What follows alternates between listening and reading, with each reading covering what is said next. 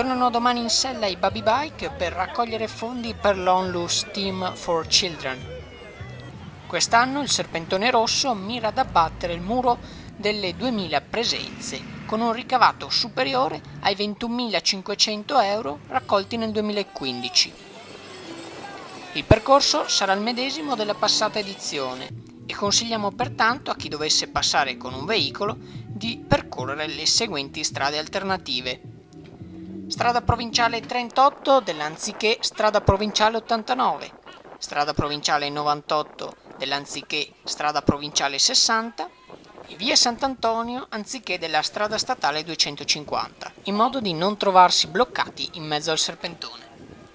Per tutti i partecipanti l'appuntamento è per domani a partire dalle 13 in Piazza Mercato a Tencarola, per trascorrere un pomeriggio alternativo e all'insegna del divertimento e della buona compagnia.